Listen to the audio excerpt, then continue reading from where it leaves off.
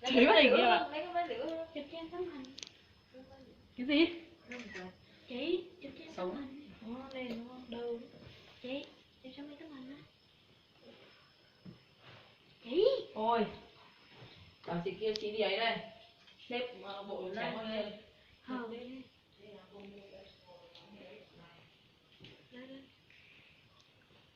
chị rảnh nữa ha.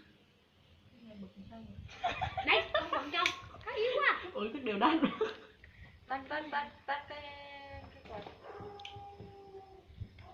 Đoán Việt Nam nha. Dạ cái rủi gì chị?